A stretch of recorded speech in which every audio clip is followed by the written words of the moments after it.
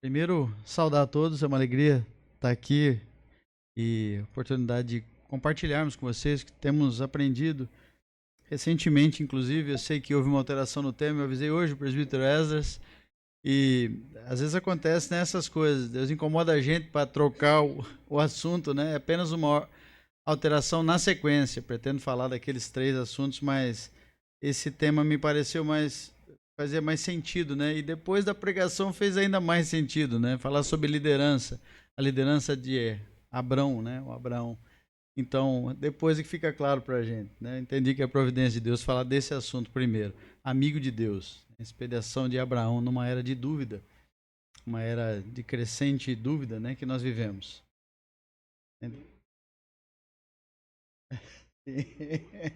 o outro tá, o outro tá bem curioso, né? Mas essa é a ideia, né? Falar sobre inteligência artificial, que é um dos nossos temas, aquele título meio radiofônico, né? Chamar atenção para isso é um assunto que tem nos alarmado bastante por causa da preocupação. Esperamos em Deus ter oportunidade em breve de falar, né, sobre isso. Eu queria avisar os irmãos que nós estamos gravando, né? O Léo está ali gravando, então talvez para ser mais fluido a aula, eu peço aos irmãos que anotem dúvidas, sugestões e no final a gente faz a exposição da mensagem. No final a gente abre, né? Para vocês perguntarem e tal. Acho que vai ficar mais dinâmico, mais fluido. Então, depois de uma breve oração, acho que podemos começar.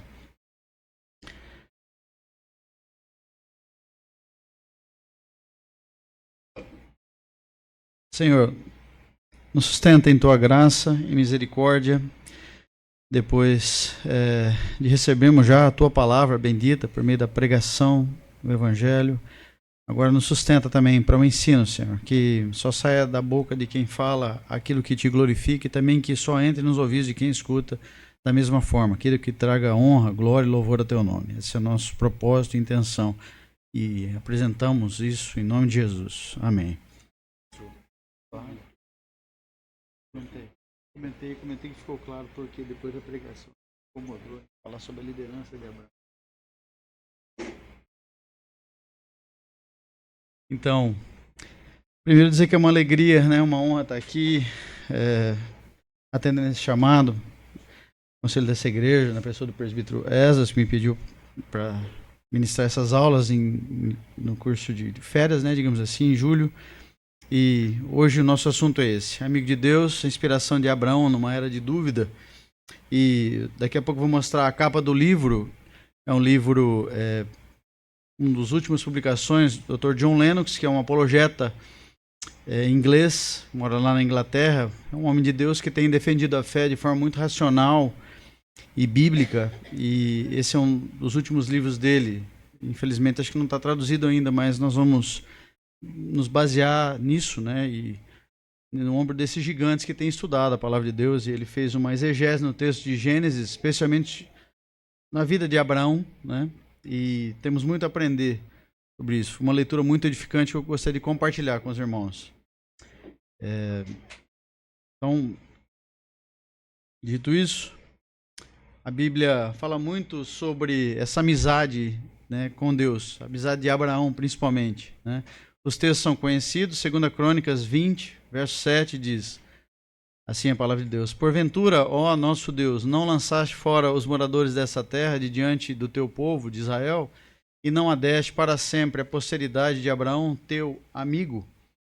No texto de Isaías 41:8 também: Mas tu, ó Israel, servo meu, tu, Jacó, a quem elegi, descendente de Abraão, meu amigo. E no Novo Testamento, o texto de Tiago 2:23 diz assim: E se cumpriu a escritura, a qual diz: Ora, Abraão creu em Deus, e isso lhe foi imputado para a justiça, e foi chamado amigo de Deus, né? Abraão, um dos heróis da fé lá do capítulo de Hebreus 11, né? Chamado de amigo de Deus. Então, vamos tentar entender um pouco o que significa ser amigo de Deus e como isso se desenrolou na vida de Abraão. Um pouco sobre esse termo, né, que aparece na Bíblia. O que significa ser amigo, né? Amigo de Deus. Então, o primeiro aspecto que Abraão foi chamado, né, de amigo de Deus. E esse parece que é um termo usado ainda hoje, nos dias de hoje, né, em Israel, pelos judeus, apesar de considerarem Abraão como pai, né? O pai Abraão, o pai da fé, mas ele é considerado também como amigo de Deus, até os dias de hoje. Outro termo relacionado a isso é o nome Reuel, que é o nome do sogro de Moisés, que também é chamado de amigo de Deus, daqui a pouco nós vamos ver. Mas Reuel significa isso também, amigo de Deus. Tem esse significado interessante, essa palavra Reuel, né? Alguém que tem Deus como amigo, né? E essa palavra Reuel traz uma ideia de pastorear, de cuidar, né? De ser amigo nesse sentido, de pastoreio e cuidado. Então é bem interessante o significado disso. Um outro termo que aparece no Novo Testamento agora, tanto no livro, né, no Evangelho de Lucas, quanto em Atos, os dois livros escritos por Lucas, né, é o termo Teófilo, né, Teófilo. A interpretação de quem faz exegese, né, nesses textos varia desde um termo genérico, amigo de Deus, quer dizer, qualquer amigo de Deus, qualquer crente, né, destinado, portanto, a todo cristão, né, ou então poderia ser também um benfeitor específico, uma pessoa específica que foi chamada de Teófilo, né? Talvez alguém com uma alta posição social e política, e se isso for verdade, se essa, né, interpretação para esse termo for verdadeiro, esse nome Teófilo pode ser o pseudônimo que Lucas usou para proteger um indivíduo específico da perseguição, né, por causa do Evangelho. Então, uma suposição é que Teófilo não era alguém salvo e que Lucas escreveu a carta para persuadi-lo, né, em sua fé em Cristo. Outra coisa curiosa sobre esse termo, amigo de Deus, é que numa das 95 teses, né, de Martim Lutero, lá, que é um marco da Reforma Protestante, a tese 84 diz assim: ainda, que nova piedade de Deus e do Papa é essa que permite a um ímpio e inimigo resgatar uma alma piedosa, um amigo de Deus, e assim por diante, né? Tá uma das teses de Martim Lutero. E um dos comentaristas bíblicos falando sobre conversão, o que significa conversão, né? Conversão de um descrente para um crente, ele diz assim, abre aspas, esse termo, conversão, é um termo geral que se refere ao encontro inicial de um indivíduo com Deus em Cristo, resultando no recebimento da graciosa provisão da salvação de Deus. Algumas das mudanças produzidas na conversão incluem uma mudança no coração, do estar morto em pecado por estar vivo em Cristo, essa famosa doutrina da regeneração, está nos textos bíblicos para certificar isso. Também acontece uma mudança do status, da condição de culpado diante de Deus, para não culpado, né, diante de Deus, que nós conhecemos como doutrina da justificação, está lá em Romanos, por exemplo, bem claro. E também acontece uma mudança no relacionamento, né, com Deus, ou seja, de ser um pária, um inimigo de Deus, para ser um filho, um amigo de Deus. Essa famosa doutrina da adoção, da reconciliação. Então, esse termo aparece, né, na definição da própria conversão, ser amigo de Deus, se tornar amigo de Deus, uma obra da graça, né? Então, como é que é o relacionamento de Deus, né, com Abraão e um paralelo com o relacionamento do próprio Senhor Jesus Cristo com seus discípulos? Está lá no texto de Gênesis 18, versos 17 e 18, diz assim a palavra de Deus, né? Diz o Senhor: ocultarei a Abraão o que estou para fazer, visto que Abraão certamente virá a ser uma grande e poderosa nação, e nele serão benditas todas as nações da terra. Quer dizer, eu vou ocultar a Abraão, um amigo, né? Meu amigo, essa é a ideia. E isso encontra um paralelo, um eco nas palavras do próprio Senhor Jesus Cristo, naquele texto áureo, né, de João 15, talvez o texto mais claro, onde o Senhor mesmo, o Senhor Jesus se define como nosso amigo, né? Nos versos de 13 a 15, especialmente, vejam um paralelo interessante que tem com esse trecho de Gênesis 18. Diz assim, palavras do próprio Senhor Jesus Cristo em João 15. Ninguém tem maior amor do que esse, de dar a alguém a própria vida em favor dos seus amigos. Primeira vez que ele usa a palavra. Vós sois meus amigos. Segunda vez. Se fazeis o que eu vos mando. Parece que tem um caráter de obediência na amizade com Cristo. Já não vos chamo servos, porque o servo não sabe o que faz o seu senhor. Olha aí o paralelo com Abraão, né? Eu ocultarei a Abraão, que estou para fazer, ele diz em Gênesis 18, né? Então, nas palavras do Senhor Jesus, agora como um eco disso, já não vos chamo servos, porque o servo não sabe o que faz o seu senhor. mas tenho-vos chamado amigos. Terceira vez que o Senhor Jesus nos chama de amigos. Porque tudo quanto ouvi do meu Pai vos tenho dado a conhecer. Então, o Senhor Jesus não oculta, né, dos seus amigos. A revelação bíblica. Nas palavras do próprio Senhor Jesus, novamente, agora no trecho de João 11, lá no episódio com Lázaro, né, seu amigo, diz assim a palavra de Deus, né? Isso dizia, no contexto é o Senhor Jesus dizendo, né? Isso dizia e depois lhes acrescentou: nosso amigo Lázaro adormeceu, mas vou para despertá-lo, né? Então, no original tem umas palavras interessantes, né? O próprio termo amigo é o termo philos, né? Lá no original, no grego. Lázaro vem de Eleazar, né? Que significa a quem Deus ajuda. Quer dizer, é um termo bem conhecido, né? Lá também do Antigo Testamento, aqui aparecendo no Novo Testamento também. E despertar aí nesse sentido, né? Tem o sentido de acordar mesmo, de tirar de um transe, né? Tirar, sabe, da hipnose, é mais ou menos isso, né? Despertar. Então, vamos focar nessa palavra philos, que é a palavra que o Novo Testamento usa mais para amigo, né? As palavras que aparecem aí e nesse trecho de João 15, de 13 a 15 que acabamos de ler, a palavra philos, tá? E essa palavra tem nuances de tradução nos dicionários bíblicos que aparece com muita clareza e é muito interessante. O primeiro significado que os dicionários bíblicos trazem para essa palavra philos, né, nós podemos lembrar aqui nomes de até algumas cidades, né? Filadélfia, né? Cidade do amor fraterno, né? Philos Adelphos, né? O amor entre irmãos, né? Então, é um termo bem conhecido, mas a primeira nuance de significado, talvez, que essa palavra philos traz, é de alguém que quer ser amigável, simplesmente gentil, talvez, amigável, desejar tudo de bom para alguém, é simplesmente gentileza, amabilidade. Pode significar isso também, mas também pode significar ser um amigo, um sócio, inclusive. Tá?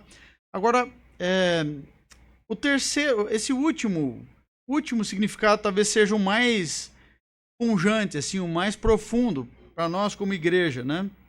Esse termo philos era usado no contexto da época, daqueles casamentos, né? Na época do Senhor Jesus. Esse termo era usado para designar um amigo do noivo, né? Que pedia a mão da noiva, né? em casamento. Quer dizer, é o amigo do noivo que pedia a mão da noiva por ele, pelo noivo, tá? E também prestava serviço na realização das bodas do casamento, das núpcias. Quer dizer, philos era o nome dado a esse amigo do noivo, que não só pedia a mão da noiva para ele, para esse amigo em casamento, mas que também realizava serviço, né, na própria realização do casamento, das bodas. Então, é um privilégio, né, para nós sermos chamados de amigos pelo próprio Senhor Jesus. Porque quem é que pede a mão da noiva? A igreja. Isso é evangelização, irmãos. Nós pedimos a mão da igreja, dos crentes não alcançados, eleitos não alcançados ainda nesse mundo.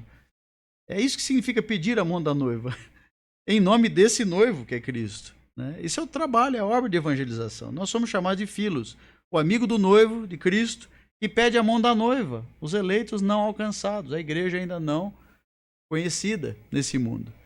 E não só isso, mas presta serviços ao noivo, a Cristo, né, na realização do casamento, no embelezamento da noiva. Então, isso significa o serviço à igreja. É o serviço de cada um de nós à igreja. Acabamos de ouvir sobre isso em pregação, não é mesmo? Servir a igreja significa adornar, né, a noiva, a igreja de Cristo nesse mundo. Então, pedir a mão da noiva, evangelizar e adornar, prestar serviço no casamento. Serviço cristão. Esse é o papel de cada um de nós. Então, outro herói da fé, né, digamos assim, que também é chamado de amigo de Deus, é Moisés. No verso 11 de Êxodo 33, diz assim o texto: falava o Senhor a Moisés face a face, como qualquer fala seu amigo. Então, Moisés tem esse privilégio também de ser chamado de amigo de Deus lá no Antigo Testamento. E num texto maravilhoso de Thomas Watson, sobre os 10 mandamentos, né? Já que estamos falando de Moisés, então lembramos imediatamente dos 10 mandamentos, do Decálogo, né? E Thomas Watson, um teólogo do passado, ele fala sobre os 10 mandamentos usando, né, Moisés. Diz assim, abre aspas: eu pensava que tinha de obedecer à lei, fui a Moisés para resolver a questão e ele imediatamente me derrubou. Pum. Isso é legalismo, né?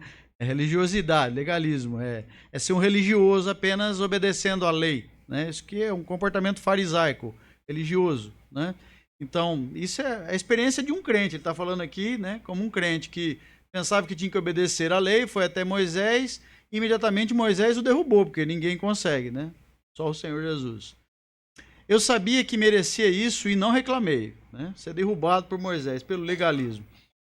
Preparei-me, novamente fui a ele, a Moisés, com um baque ainda mais severo. Segunda vez ele me derrubou. Pum, de novo, legalismo, me derrubou no chão, né?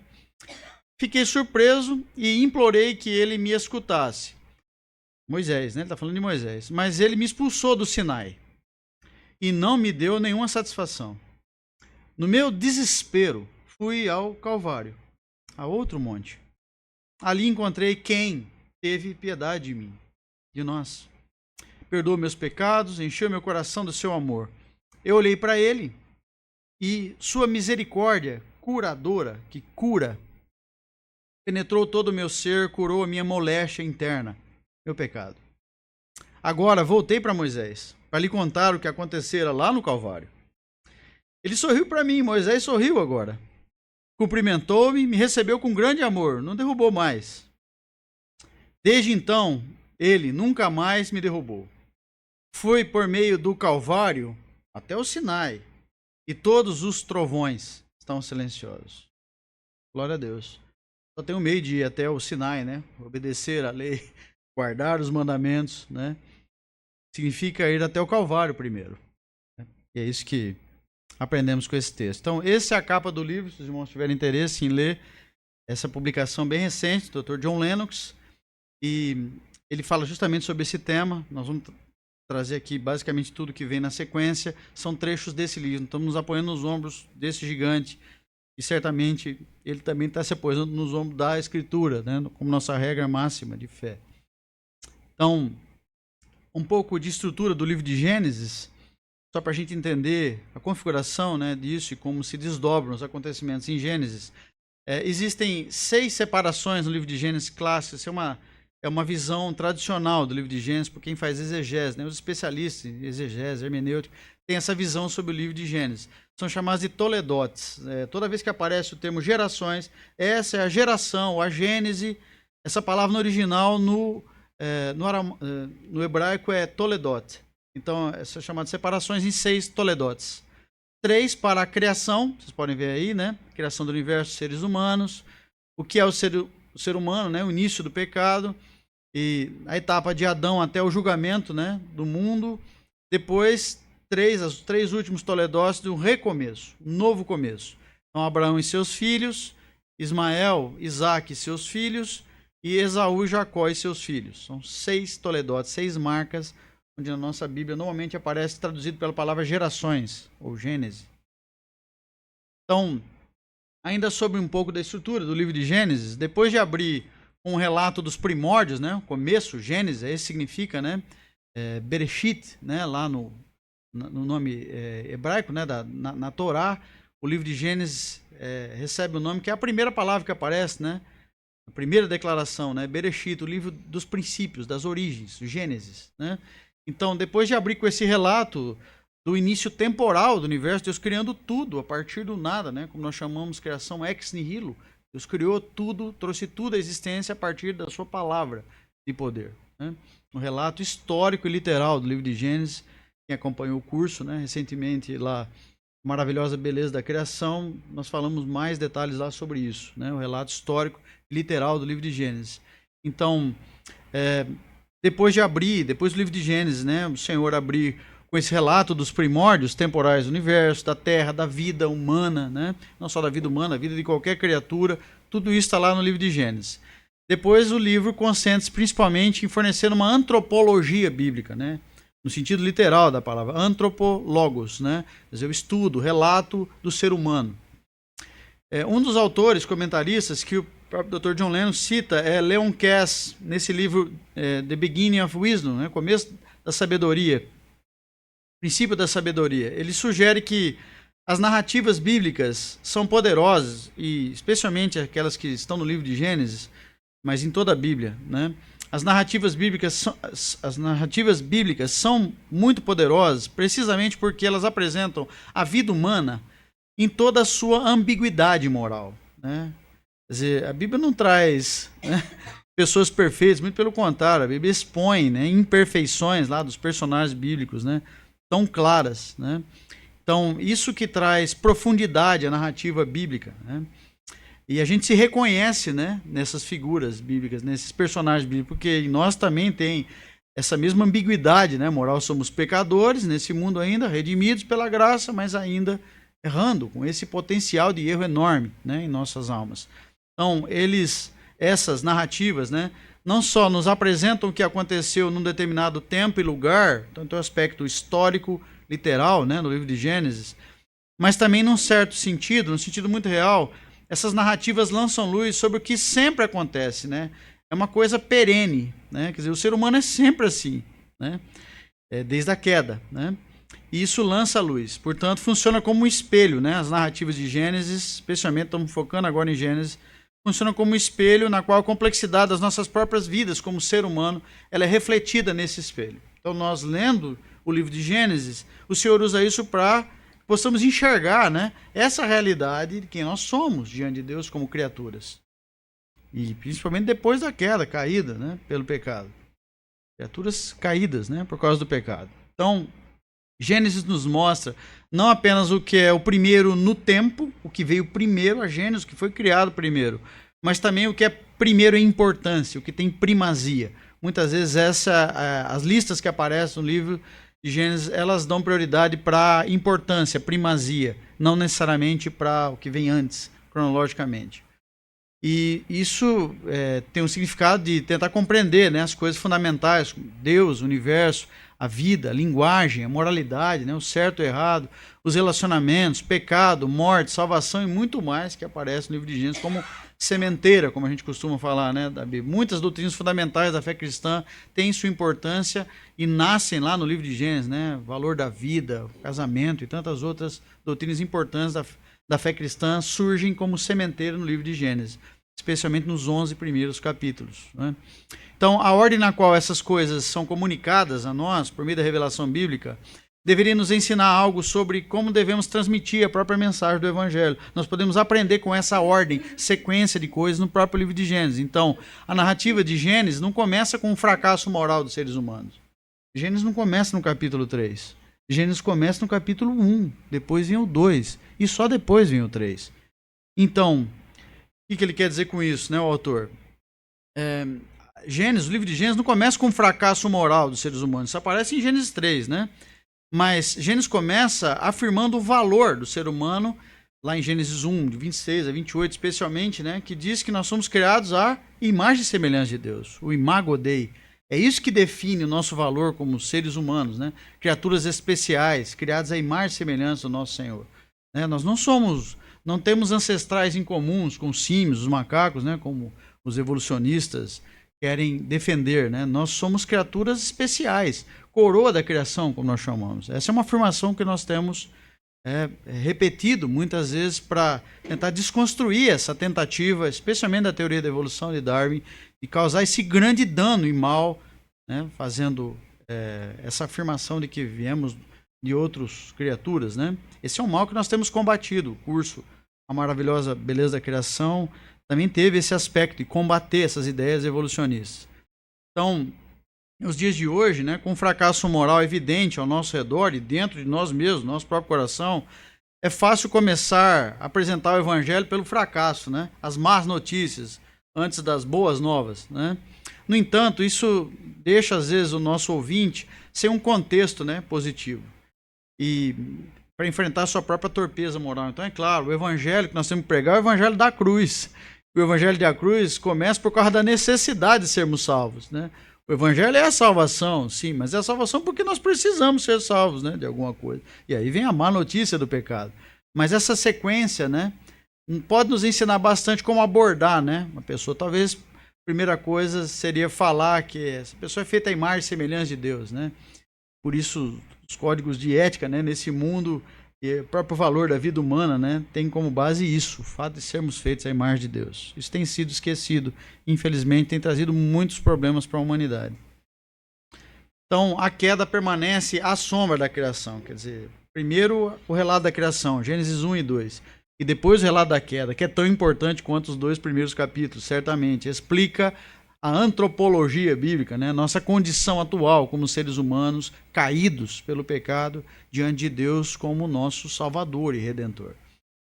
Mas por isso mesmo nós precisamos lembrar, né, a dignidade e valor único que o ser humano recebe por ser um portador do imago Dei, da imagem de Deus. Precisamos reafirmar isso, irmãos, sempre, especialmente com nossas crianças, não estou vendo talvez nenhuma aqui, jovens, mas reafirmar essas verdades, é que nós não somos produto da evolução, somos criaturas especiais.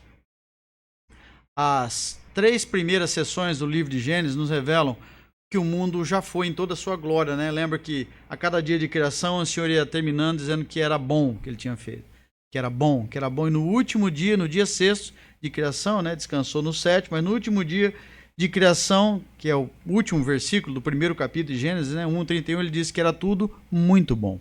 Palavra do próprio Senhor, Deus que criou todas as coisas e ele mesmo definiu como muito bom, perfeito, antes da queda. Então, esse relato, né, de que o mundo tinha sido feito muito bom, perfeito, né, pelo próprio Senhor que o criou, com seres humanos feitos à imagem e semelhança de Deus no auge da criação, digamos assim, antes de Gênesis 3. Em seguida, né, a Bíblia, já em Gênesis 3, não demora muito, são só 2 capítulos, né, Gênesis 1 e 2, e logo vem o 3, né? A história da devastação causada pelo uso indevido dessas capacidades que Deus nos criou, mesmo a sua imagem e semelhança, né? E nós conhecemos bem o relato de Gênesis 3, né? Os seres humanos ouviram a voz da serpente, a figura do diabo, né? Então a própria capacidade racional, né, que nós temos foi usada ali de forma devastadora, né, para o mal, e o pecado entrou no mundo por causa disso e nós recebemos a nossa natureza ainda nos dias de hoje. Então, essa alienação com Deus, né, começou em Gênesis 3. O Senhor baniu, né, os seres humanos do Éden, do jardim do Éden. Os irmãos devem se lembrar que foi colocado um anjo lá com uma espada, né, flamejante, baniu daquele jardim. E juntando, né, isso com as provações da vida, né, a vida cristã, a vida comum nesse mundo, traz provações, tribulações, né, a violência crescente do comportamento humano por causa do pecado. Isso tudo levou a um julgamento capital, logo, alguns capítulos depois, no dilúvio, né? O dilúvio global, no relato da Arca de Noé, nós conhecemos também bem. Então, Noé e sua família, né, foi salva através da Arca, né? Deus Deus estabelece um novo começo, um recomeço que aparece lá nos Toledotes, né? A partir do dilúvio, depois do dilúvio, né? Então, dessa vez, Deus chama uma pessoa específica, né? Faz um chamado para uma pessoa específica, que é Abrão. Ainda aqui com o nome Abrão, né? Ele não tinha mudado o nome ainda, isso aparece depois no relato para Abraão, assim como mudou o nome de Sarai para Sara, né?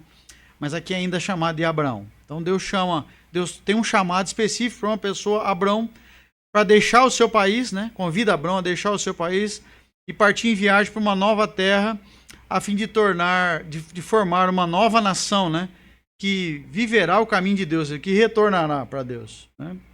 Uma das principais lições com isso é que, uma vez que o pecado entrou no mundo através de uma falha humana, em confiar em Deus, né, lembra que eles confiaram na serpente, né, por isso todo o resultado, né, que veio depois.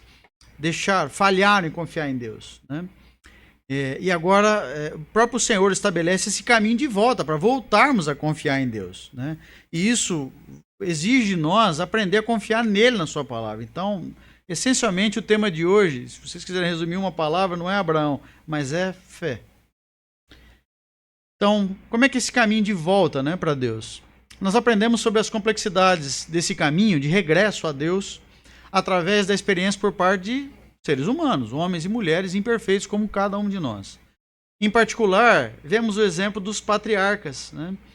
Suas esposas e famílias, né? Cada um deles esteve envolvido numa série de curvas de aprendizado muito íngremes, né? As curvas de aprendizado, quando você lê a Escritura, às vezes fica tão claro isso, em alguns exemplos mais do que outros, né? como eles tiveram que aprender, né, com o Senhor, às vezes de forma muito rápida, com graça que o Senhor concedeu certamente. Cheios de altos e baixos, são histórias de altos e baixos, como a nossa vida diária. São histórias de fracasso, sucesso pela graça, fracasso por nós mesmos, né? Ninguém precisa ensinar a gente a fracassar. Nós fracassamos por nós mesmos, mas Deus precisa ensinar a gente a conquistar, né? Essas vitórias na nossa vida cristã, graciosa, na presença dele. Vitórias porque o nosso Senhor é vitorioso por nós. Então, são curvas de aprendizado íngremes, cheias de altos e baixos, destinada a quê? A nos treinar para confiar em Deus. Essa é a providência de Deus, nos altos e baixos. Todas as coisas, né? São para o bem daqueles que amam a Deus, né? Diz o apóstolo Paulo. Então, todas as coisas mesmo, até nossos fracassos, nossas decepções, incluindo as decepções que temos em casa, na igreja, no trabalho e em tantos outros lugares. Essas decepções têm o objetivo de nos treinar. Deus é o grande professor que nos treina por meio do seu Espírito a lidar com essas dificuldades, vicissitudes da vida e nos treinar para voltar para esse caminho para Ele mesmo. É o próprio Senhor quem nos busca, o buscador, né? Então as histórias que são tão claramente reveladas, né, nos patriarcas especialmente, essas histórias podem nos inspirar, nos dar esperança real, né, de fazermos o mesmo, né? Fazemos o mesmo, porque eles fizeram aquilo que Cristo fez. Então, como dizia o apóstolo Paulo, sejam meus imitadores como eu sou de Cristo, né? Talvez poderíamos falar isso, sejamos imitadores naquilo que Abraão, Moisés, né, copiou de Cristo. Então, a história de Babel é bem conhecida, né? O fracasso de Babel em subir aos céus, né? Você leu o capítulo 11, quem nunca leu, leia, por favor, com esse novo panorama de fundo, né? O capítulo 11 de Gênesis, né? A Torre de Babel tentava estender-se em direção aos céus, né? Para tornar o seu nome grande, diz lá o texto. Aqueles seres humanos queriam tornar o seu próprio nome grande, criando uma torre altíssima, né? Para tentar alcançar o céu. E com uma dessas ironias, né? De vez em quando a gente encontra na palavra de Deus, diz o texto lá em Gênesis 11, verso 5 e verso 7, que Deus teve que descer. Quer dizer, significa que eles não tinham conseguido ir muito longe, né? Deus teve que descer para ver o que eles estavam fazendo, os seres humanos, né? Significa que eles mal alcançaram, né? Ali alguma altura, né? Muito menos o céu como gostariam. Tem um livro conhecido, eu particularmente não li ainda, mas para quem gosta de literatura de Lewis, C.S. Lewis, esse título aí em português, Aquela Fortaleza Medonha. Talvez seja um dos livros menos conhecidos, eu acho, dele, mas Lewis previu, né, os perigos de usar ciência e tecnologia moralmente desenfreadas para tentar alterar ou controlar a humanidade. Esse é um assunto que nós devemos tratar na aula sobre inteligência artificial, Deus permitindo, em breve. Deus não destruiu a força hedionda, a fortaleza medonha, né, que é o título do livro em português, que era Babel, né? Deus não destruiu Babel, mas apenas causou um colapso na capacidade daqueles habitantes de Babel falarem uns com os outros. Uma debilidade, né, na comunicação, um colapso na comunicação foi suficiente. Deus não precisou destruir, mandar um raio do céu, coisa assim, para destruir Babel. Apenas fez com que eles não conseguissem se comunicar mais. Foi suficiente para eles se dispersarem, né? E um dos autores que é citado aí, Robert Alter, captura isso no verso 9 do capítulo 11 de Gênesis, dizendo: portanto, é chamada Babel, né? E, curiosamente, essa palavra tem a mesma sonoridade de outra palavra no hebraico que tem a ver com confusão, né? O significado é confusão. Babel significa isso, essencialmente. E ele fala, esse autor, Robert Alter, que é chamado de Babel, pois ali o Senhor fez balbuciar, né? Entrou em confusão a língua ali na terra, né? Então, Babel representava uma rebelião contra uma ordem direta que Deus tinha dado para encher a terra. Encher a terra significa se espalhar, né? Missionários, não é isso? De alguma maneira, somos todos, né, missionários, para encher a terra numa ordem clara que Deus tinha dado. E aí, o que os moradores de Babel decidiram? Não, vamos encher a terra, nem nos espalhar, vamos nos concentrar aqui, fazer uma torre para tornar o nosso nome grande, para chegar ao céu. Então, era uma rebelião contra uma ordem direta de Deus, o que os habitantes de Babel tentaram fazer. Mas é justamente o que eles temiam, né, ser espalhados, foi o que aconteceu quando Deus, né, estabeleceu, na sua soberana vontade, aquela confusão, que é o significado do nome de Babel, né, nas línguas. Eles tiveram, naturalmente, que se espalhar, foram, né, separados pela terra. E aí a ordem de Deus foi cumprida, né? Contudo, mais tarde na história ocorre um evento que marca a reversão, a redenção de Babel. Onde é que vem a redenção de Babel, né? Vem no Pentecostes, em Atos 2. Então, naquele dia, as pessoas de diversos grupos, em Atos 2, né, Pentecostes,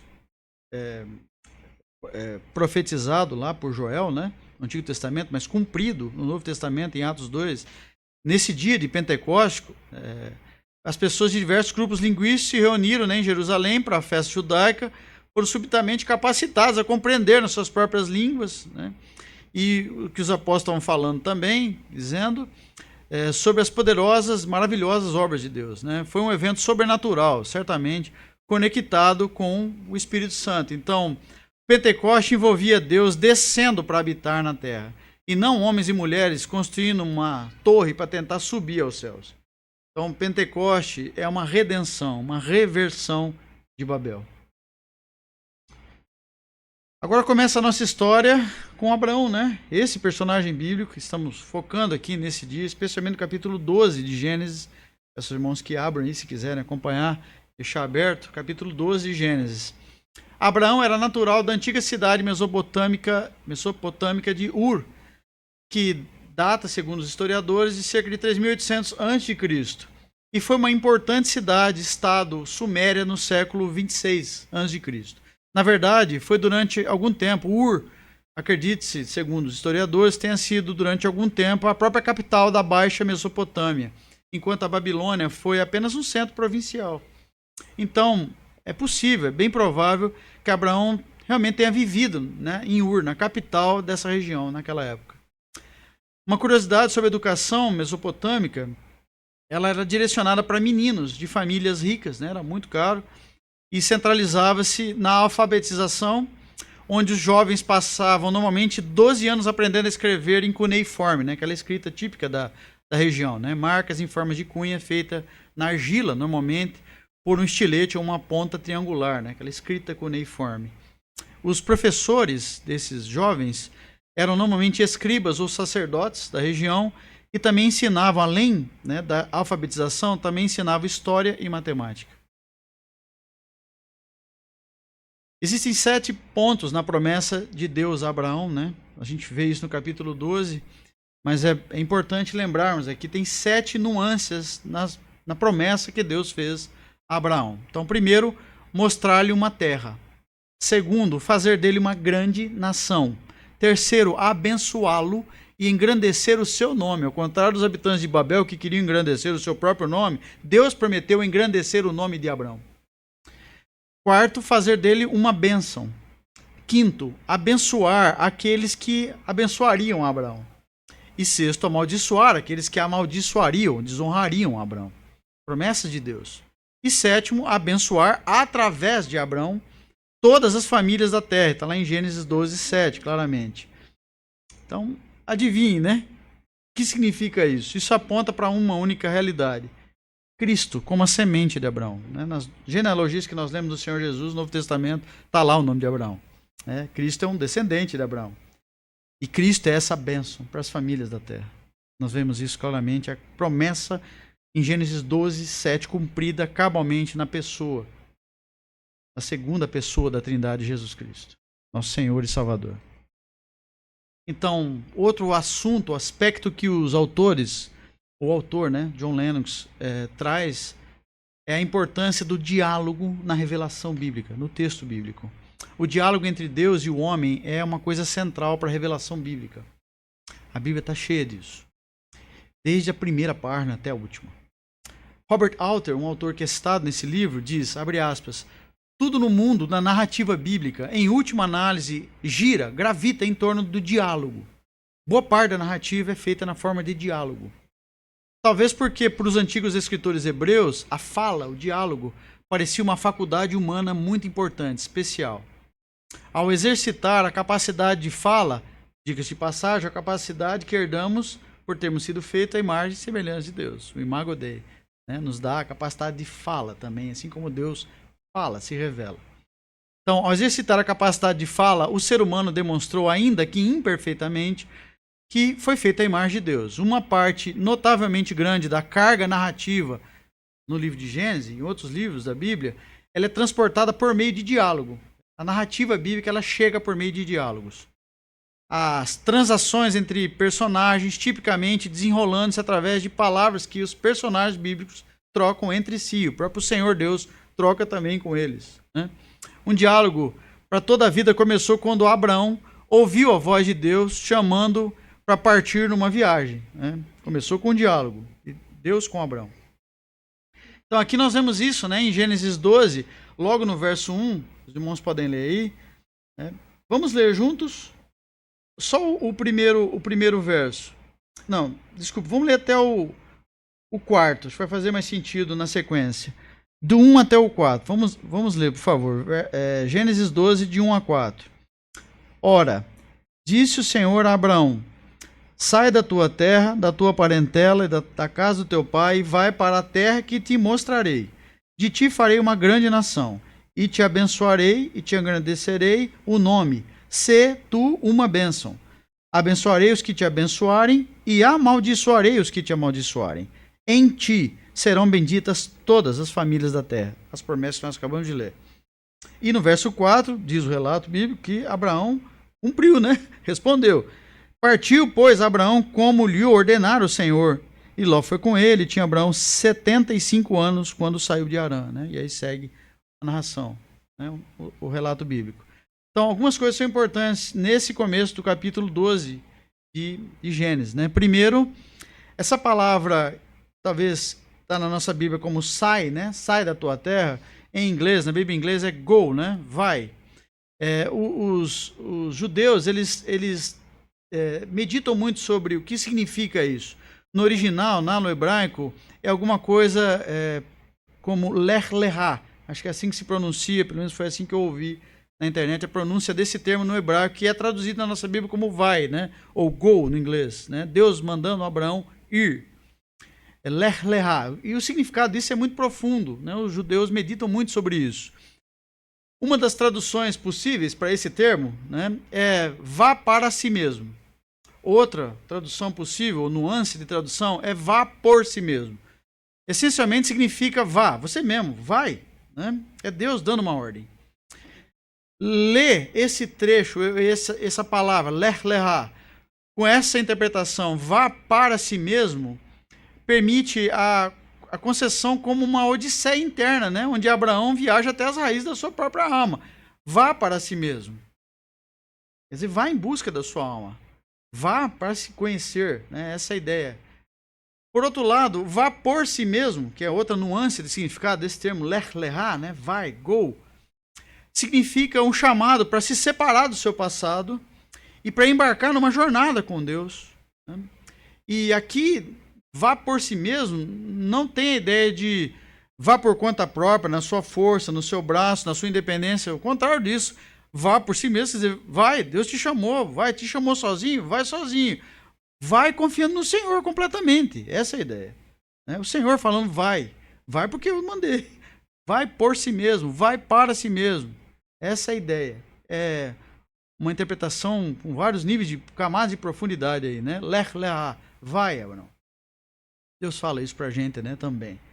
Tem um chamado para cada um de nós como crentes. Às vezes demora um pouco mais, né, a gente entender na pregação hoje também sobre esse tema, né, responder esse chamado, como servir a igreja, né, como servir a noiva, embelezar a noiva, o filhos, o amigo do noivo. Mas nós encontramos um eco dessa verdade, desse chamado de Deus a Abraão no Novo Testamento. Vamos ler o trecho, pelo menos para ler um exemplo, por causa do tempo, o texto de Mateus 16, de 24 a 28. Só para ver um eco desse chamado no Novo Testamento, palavras do próprio Senhor Jesus Cristo.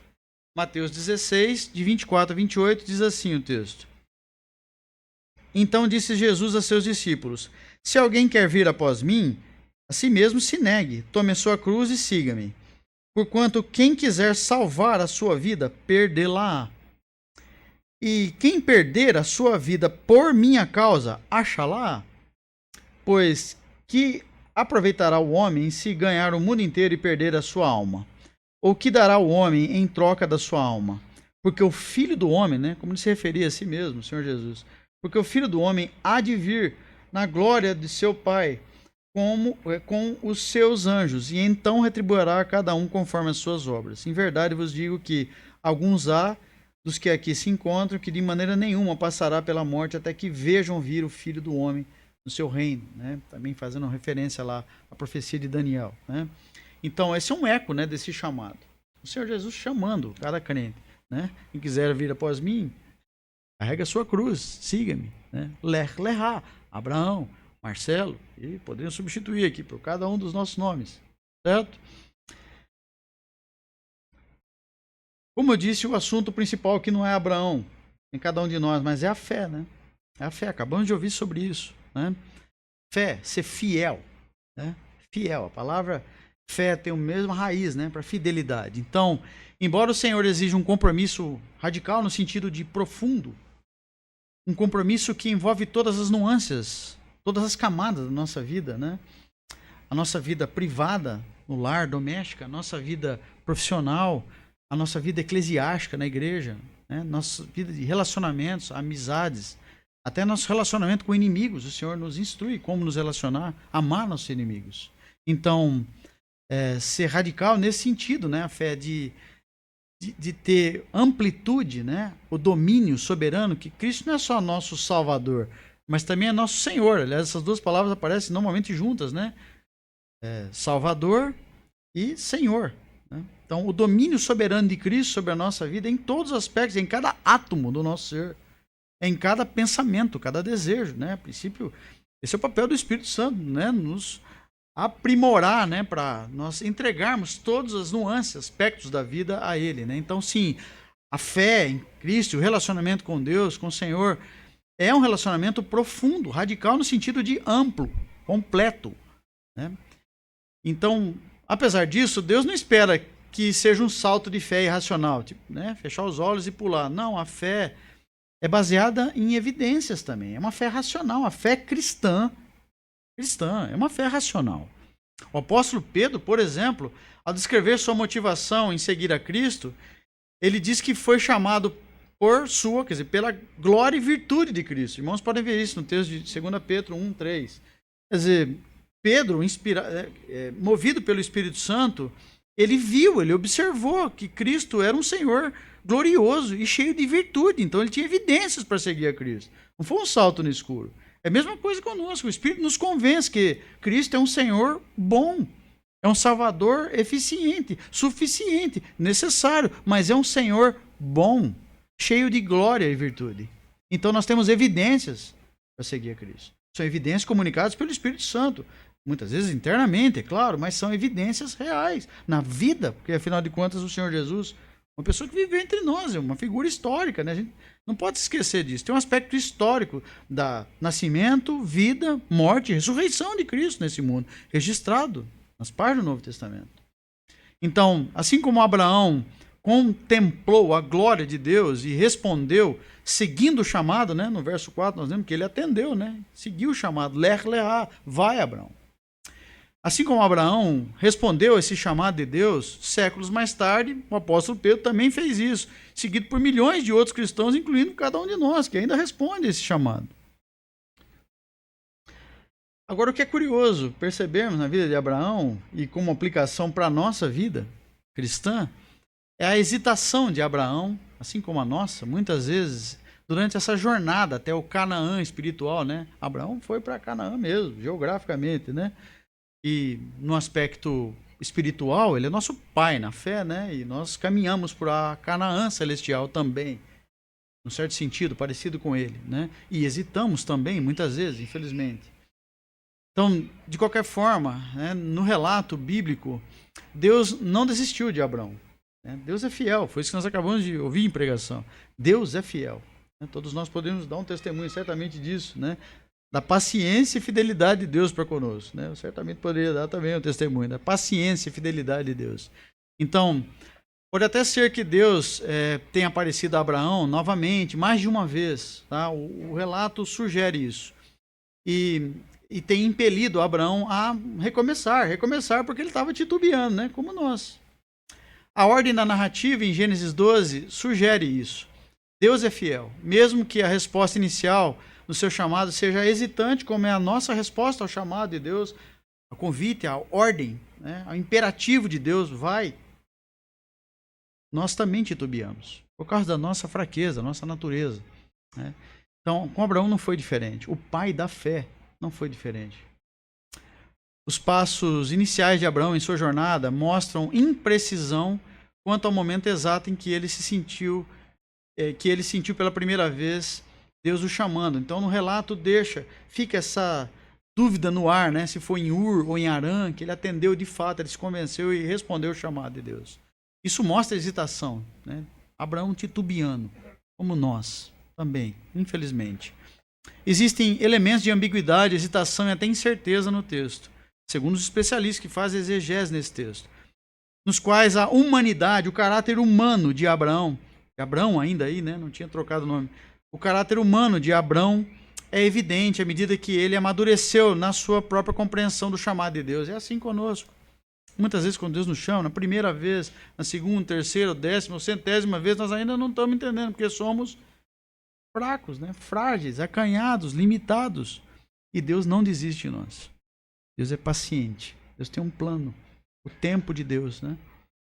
O Kairos de Deus. Deus tem um plano para nós, assim como tinha para Abraão.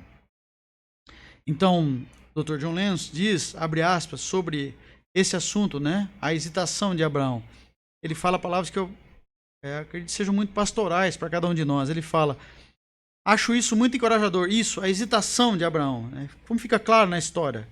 Um pai da fé, né? Um dos patriarcas mais importantes, por assim dizer. Talvez o primeiro missionário transcultural da história, né? Foi chamado da sua terra, Ur dos Caldeus, para ir para Canaã, uma mudança cultural tremenda, né? Ele hesitou. Então, isso é um encorajamento para a explicação da nossa vida, como nós também, infelizmente, hesitamos. Então, o Dr. John Lennox diz isso, abre aspas, acho isso, essa característica, né, na vida de Abraão, muito encorajadora ao refletir sobre a minha própria experiência no chamado de Deus para a minha vida, ele fala. Isso é encorajador porque é assim que acontece com muitos de nós, né? Titubear, hesitar. Ele continua falando, Dr. John Lennox, abre aspas, sentimos o chamado de Deus para as nossas vidas, mas não temos certeza do que tudo isso significa, não é mesmo? Tem um elemento de mistério, né? Sempre. E de como devemos proceder com esse chamado de Deus. Nem tudo está claro no início, né? Normalmente Deus não dá planos tão claros, detalhados. Não deu para Abraão, que é o pai da fé, né? E normalmente não dá para a gente, tipo, acorde tal hora, coloca o despertador, vá por esse ônibus, por esse caminho, segue essa rua. Não é assim que Deus normalmente age, né? São planos gerais, né? Foi assim com Abraão também. Então, nem tudo está claro no início, mas há o suficiente, Deus deixa suficiente claro para nos movimentar, né? A fé cristã, ela é movimento, né? É para nos tirar da estagnação, que é a nossa tendência natural. Mesmo que seja nos movimentar aos trancos e barrancos, como nós falamos, né? Levamos muitas quedas, né? A graça nos levanta, como acabamos de ouvir em pregação, né? A queda é por nossa própria conta. Ninguém precisa ensinar a gente a cair. A gente cai na nossa própria natureza, mas o Senhor nos levanta, não é mesmo? Porque Ele tem um plano a ser cumprido. Então, uma das coisas mais importantes que podemos compreender na história de Abraão é que também podemos estar envolvidos num grande projeto que ele iniciou, né? Deus iniciou através dele. Envolvidos como seus filhos espirituais, né? Filhos espirituais de Abraão, nesse sentido. E fazendo a maior viagem de todas, né? Da história. Quer dizer, não tem lugar nesse mundo que vai, né, representar uma viagem tão significativa como essa que Abraão foi convidado a fazer, como nós também somos convidados a fazer rumo a Jerusalém, a Canaã celestial, onde estaremos na presença do Senhor, né, eternamente, na glória dos céus. Essa é a maior e melhor viagem de todas. Então, Deus foi o grande iniciador desse projeto com Abraão, também conosco, né? Apareceu e falou com Abraão, vai, Abraão. Lech Lecha, vai. Deus foi o autor soberano desse grande plano, né, para a redenção do mundo através da semente de Abraão, Jesus Cristo. Essa é a mesma semente que nos alcança, que nos abençoa, todas as famílias da terra. A semente de Abraão, plano que Deus tinha para Abraão, se cumprindo perfeitamente por intermédio gracioso de Cristo. Então, ele ainda fala, o Dr. John Lennox, ainda sobre essa questão da hesitação de Abraão. Leon Kess, um outro autor que ele cita, sugere que Abraão obedeceu à voz de Deus, como lemos aí no verso 4, acabamos de ler, porque ele era um homem ambicioso. Então tem um elemento da personalidade de Abraão, que é a ambição dele, né? Deus mandou ele ir para uma terra, ele tornar o nome dele grande, né? Ele já pensou certamente nas riquezas e acabou recebendo mesmo lá no Egito, por exemplo, né? No episódio lá com Sarai, episódio da fome. Então sentiu um aspecto muito nítido na personalidade ambiciosa de Abraão, que desejava ter o seu nome grande, ter poder e posses, né? Isso pode, claro, ter sido parte da sua motivação, da motivação pecaminosa de Abraão. Afinal de contas, ele era humano como nós, né? Mas, no entanto, diz o autor, né, que ele está inclinado a pensar que deve ter havido algo mais profundo do que isso, né? Um desejo de encontrar algo mais, um desejo interior de encontrar uma narrativa maior para enquadrar a sua vida. Então, em Abraão deve ter acontecido isso, assim como acontece conosco. Deus usa até mesmo nossas piores decisões, não é mesmo? Nossos caminhos tortos, nossas veredas tortas, é o Senhor que endireita. O Senhor soberanamente usa até mesmo nossos defeitos para nos conduzir ao plano que Ele tem por nós. Lembra, irmãos, das palavras claras de José do Egito, no final do livro de Gênesis, quase no final, né? Onde ele se revelou para os irmãos, né? E depois de tudo aquilo, os irmãos tinham vendido, nós conhecemos a história, né? Passou por maus bocados, José lá no Egito, né? A mulher de Potifar e tudo mais, mas era o plano de Deus, né? E ele reconhece isso pelo Espírito. José, né? Ele fala, vocês intentaram, para os irmãos, né? Que fizeram tanto mal, vocês intentaram mal contra mim, mas Deus converteu o mal em bem. Plano de salvação da linhagem, né, do Salvador, lá naqueles 70 que foram salvos da fome, né, lá no Egito.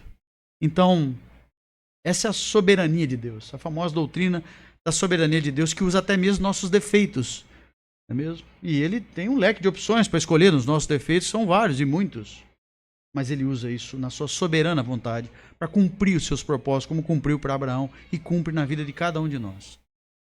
E isso é encorajador, no certo sentido, não é mesmo? Então, Abraão tinha sim um desejo de encontrar algo mais, um desejo interior de encontrar uma narrativa maior para enquadrar a sua vida, como se fosse colocar num quadro, né? Entender as bordas da sua vida, né? Criada por Deus. Em qualquer caso, para qualquer um de nós, a nossa resposta ao chamado de Deus, seja qual for, todos nós temos, né? Como crentes, chamado de Deus. A resposta é uma mistura complexa da voz de Deus e dos nossos desejos, muitas vezes pecaminosos, né? Nem todos exatamente como deveriam ser, ou seja, Deus soberanamente endireita nossas veredas tortas. Essa é a ideia. No entanto, o que é maravilhoso e gradualmente aprendemos com isso, reconhecendo que realmente o certo e o bom, né? A percepção disso vem à medida que as nossas vidas se tornam mais sintonizadas, mais em comunhão, né, com os caminhos de Deus. Então o Senhor vai transformando por meio do seu Espírito o que nós conhecemos como doutrina da santificação, né?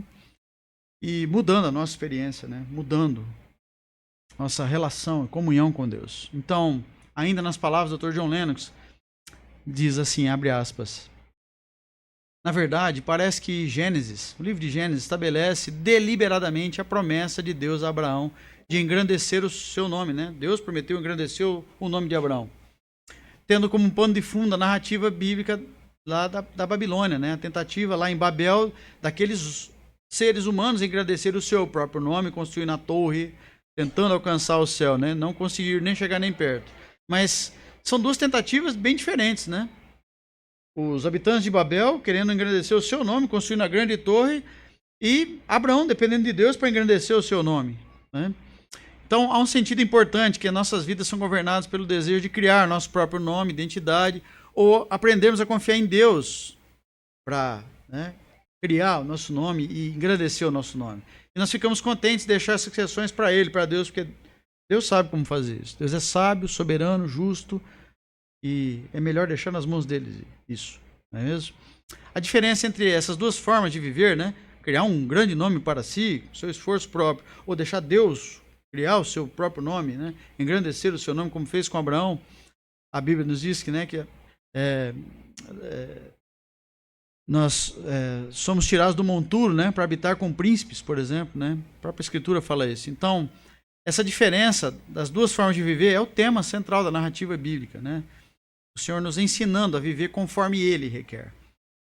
Abraão aprenderia no devido tempo que confiar em Deus necessariamente envolvia deixar para trás seu país, sua família e seu lar, sua cultura, todas as referências que ele tinham conhecidas. Deixar Ur dos Caldeus e ir para Canaã. Então envolvia isso. Lembra das palavras do Senhor? Quem não deixar seu pai, sua mãe, por causa de mim, não é digno de mim. Né?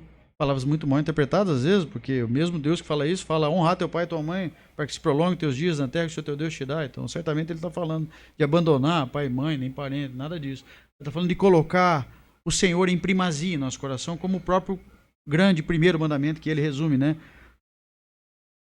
É o teu Deus, né?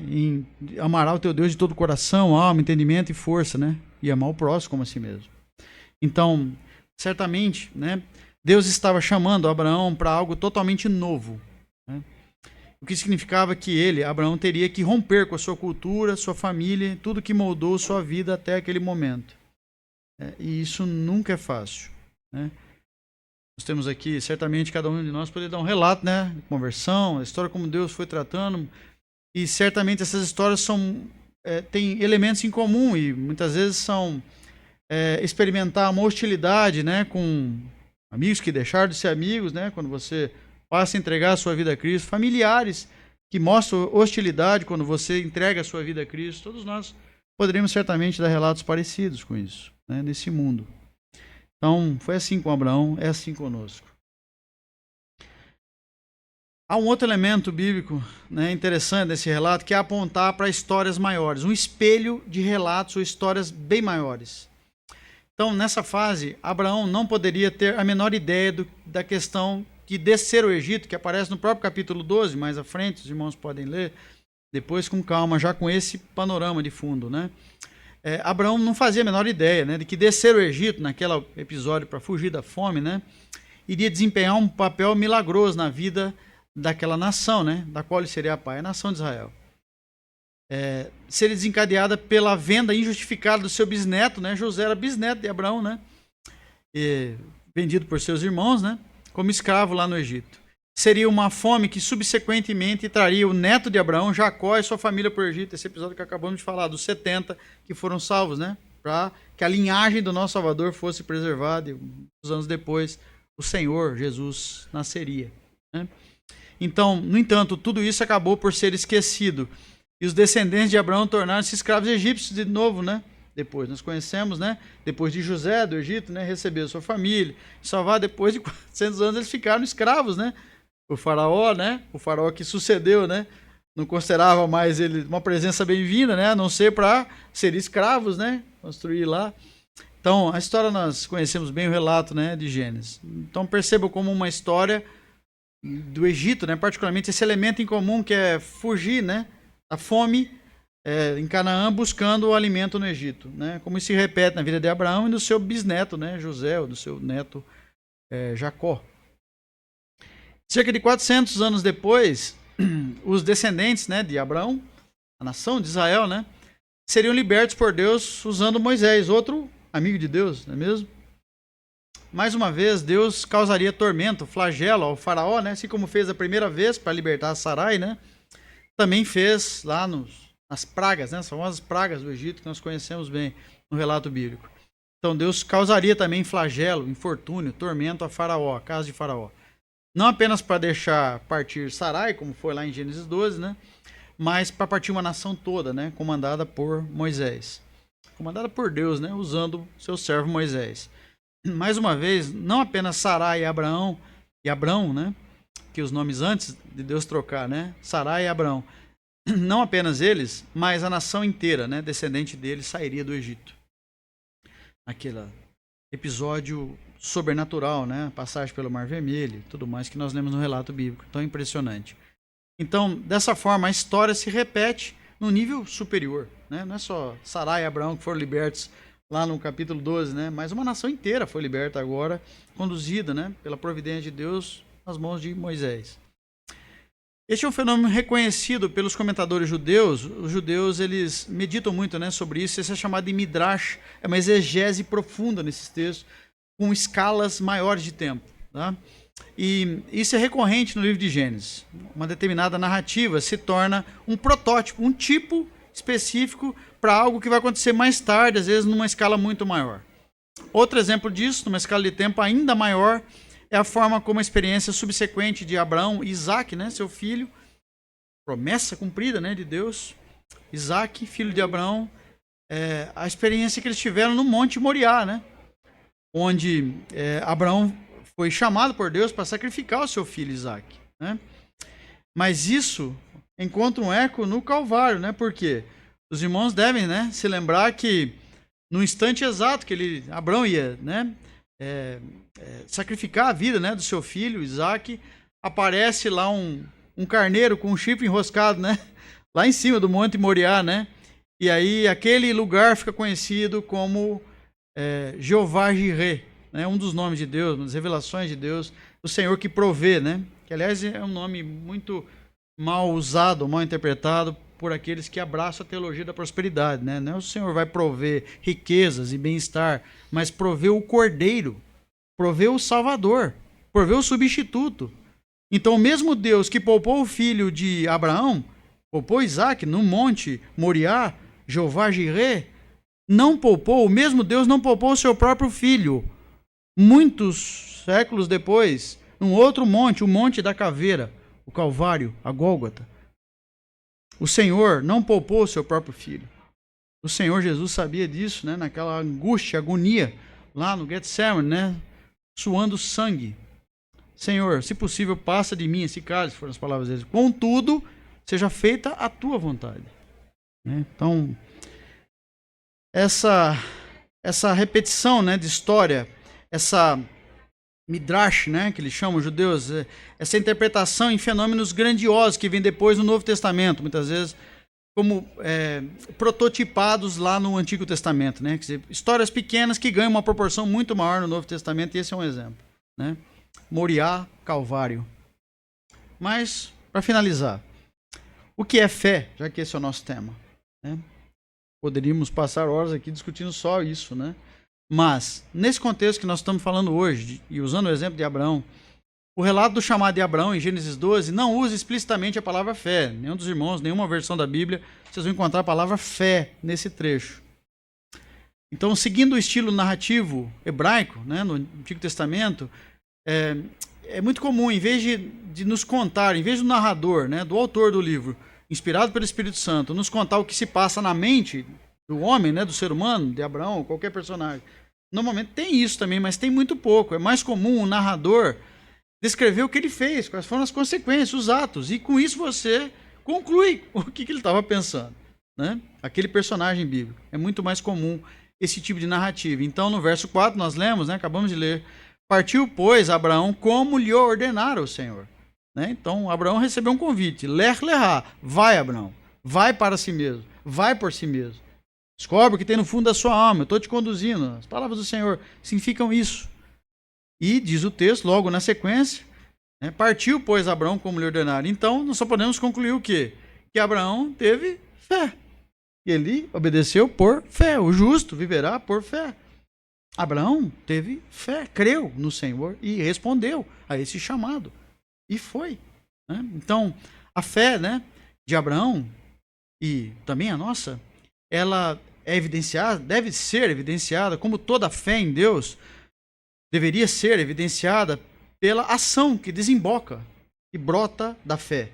Pelos frutos conhecereis, não é isso? Palavras do Senhor. Pelos frutos. Então, a nossa fé, a fé cristã, ela não é contrária às obras, não é mesmo?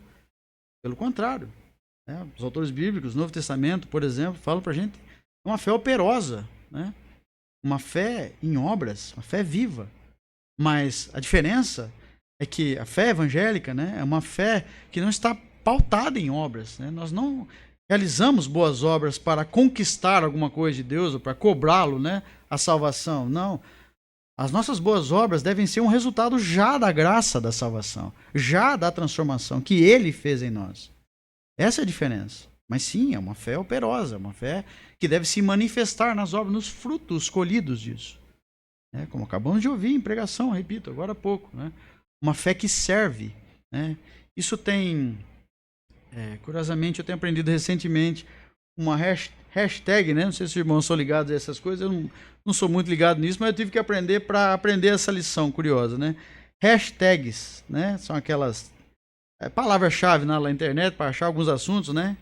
Jogo da velha, né? Hashtags, TAGS. Então, esse é um resumo, um acrônimo, pelo menos, que pode resumir de forma significativa o nosso relacionamento com Deus, né? Tags. Então, é uma sigla, né? T seria o temor a Deus. Temor a Deus como um pai, como Senhor, né?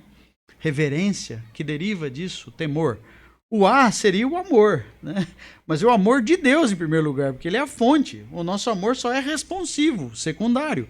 O amor de Deus é a fonte primária disso. Então, T, né? Hashtags. T, temor a Deus, né? A, amor de Deus, né? Por nós, em primeiro lugar. G seria a gratidão que isso deve brotar, né? Gerar em nosso coração por esse amor. E o S é a forma prática como tudo isso desemboca, né? Adivinhe, o S é o serviço cristão. Então, T, temor, A, amor, G, gratidão, e S, o serviço cristão que deriva disso. Serviço amoroso cristão, a fé em prática. A fé que mostra frutos, como mostrou na vida de Abraão e na nossa. Então, nossa oração é para que tudo isso desemboque numa fé viva, né? Aquele que é o pai, Abraão, né? O pai da fé, como nós falamos muitas vezes, seja aquele cuja semente é, na verdade, o autor e consumador da nossa fé, Jesus. Né? Jesus é descendente de Abraão, sim, no aspecto, né, da descendência, da linhagem, mas Jesus é o autor e consumador da nossa fé, segundo o autor dos Hebreus. Então, que tenhamos a mesma fé, uma fé de Abraão, né? Não uma fé atômica, como eu costumo chamar, a minha fé, não no sentido de ser poderosa, mas no sentido de ser do tamanho de um átomo, de um grão de mostarda. E Deus nos deu uma fé operosa, viva, e por menor que seja, mesmo sendo do tamanho de um átomo, seja uma fé firmada no Senhor Jesus, porque é uma fé real. Não só porque é realidade, mas porque é firmada no Rei dos Reis, Senhor dos Senhores. Então, que toda a glória disso, tudo que aprendemos, compartilhamos e ouvimos, seja dada a Ele, ao Senhor da glória, ao Senhor da fé. Amém.